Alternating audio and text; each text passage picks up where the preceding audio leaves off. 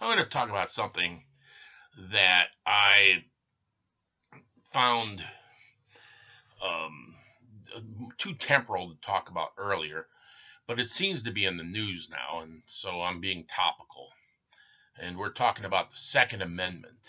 Now, the Second Amendment of the Constitution is being debated right now very heavily because of this Parkland school shooting, and there was a giant march for life or whatever throughout many cities. Millions of people came out.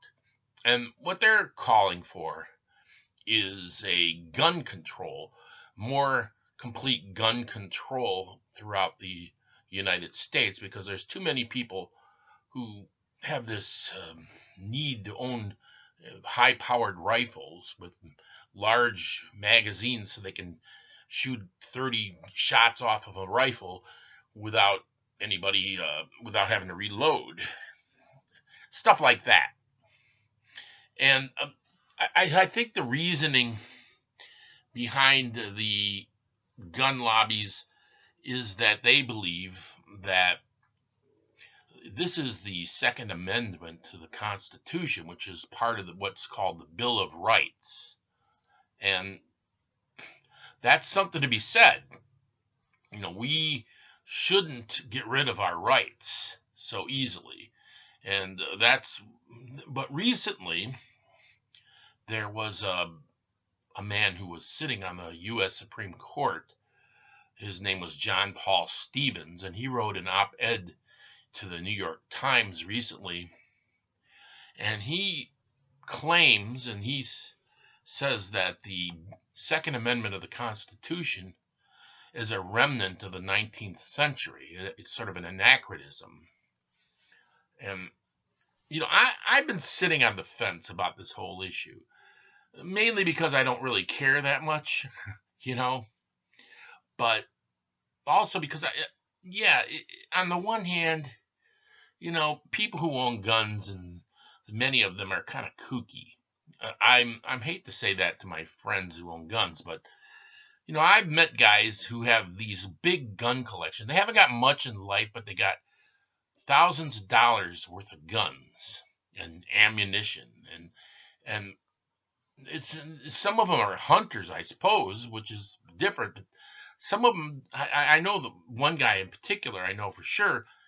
I don't think he's ever hunted in his life, but here he is. He's got a 357 Magnum and he's got one of those AR-15s, and he's got armor-piercing bullets, and and when he showed me his 357 Magnum, it was like he had like his eyes got all glassy and stuff, like he was sexually turned on by the thing, which is, I think that's a lot of that is what it's about.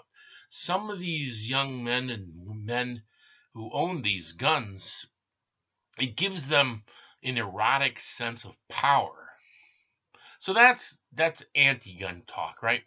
But pro-gun talk is that there's a fear among a certain group of people that, for one thing, they are afraid that if they don't have a gun in their house, that anyone who does have a gun, who's a villain, a criminal, a burglar, can break into their house and force them to give up all their goods or rape their wife or whatever, then they won't have any defense against that.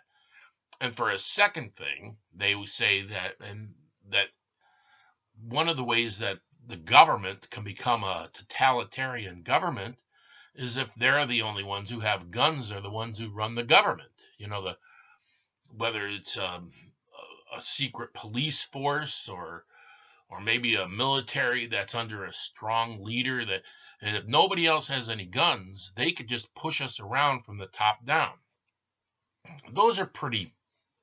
I think those are legitimate concerns. That's why I've always been kind of wishy-washy about this, and not to mention, that it is part of the Bill of Rights.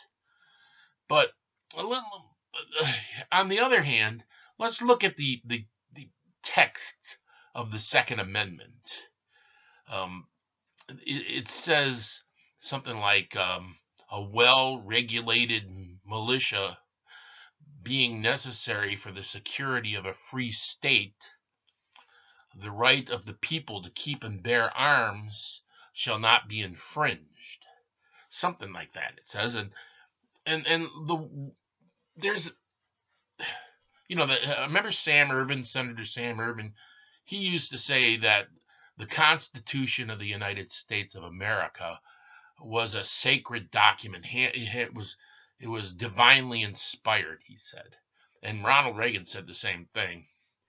And what they are also, if it's divinely inspired, then certain sects have grown up like a religion, which is positions on the Constitution. The two main ones, I guess, are the ones who call themselves the strict constructionists, which are people on the right primarily, who say that we should look at the words that are actually in the Constitution of the United States, and that's how we should interpret the laws and so forth, by what the actual wording of the Constitution is. And then there's another group that call themselves the elastic. They say that it's an elastic document, that as society changes, the Constitution can be interpreted differently, elastically. And then there's the other ones who talk about original intent. Well, which could be elastic. I don't know. So there's like three different views, but it seems like the strict constructionists are baloney vendors. They're full of baloney, because when it suits their purposes, they will interpret the Constitution strictly. But when it suits their purposes, they will be elastic in their interpretations. I mean, well, we would go right to the Second Amendment, okay? The wording of the Second Amendment, strict wording of the Second Amendment, is totally obsolete. It says something about a well-regulated militia. Regulated. Got that? That means that the government regulates, and of course the strict constructionists are generally against regulations. The right wing is generally against regulations, but they're in the wording of the Constitution. The actual word says well regulated. So someone purchases an armament of some sort, a gun, a rifle, a pistol, a hand grenade, whatever. The government then should regulate that very well. Now let's talk about militia. Militias, they have a new thing they call themselves, the militiamen, over in Michigan, and the Timothy McVeigh crowd and so forth. They are people who claim to be militias, but that's not what the militias used to be. The militias used to be private citizens who fought for the United States government when they were called into service. This Revolutionary War, I do believe, was primarily fought by what would be called militias. They're private citizens who showed up at Valley Forge and so forth, and at the Tea Party and all that. They were private citizens who brought their own guns, their own muskets. In those days, the armaments that existed were cannons and swords and muskets. So they would carry their own muskets to the battle and fight the Revolutionary War that way. They were militiamen. But once they had George Washington had to fight the Whiskey Rebellion and Shays Rebellion, he found that the militias were very unreliable.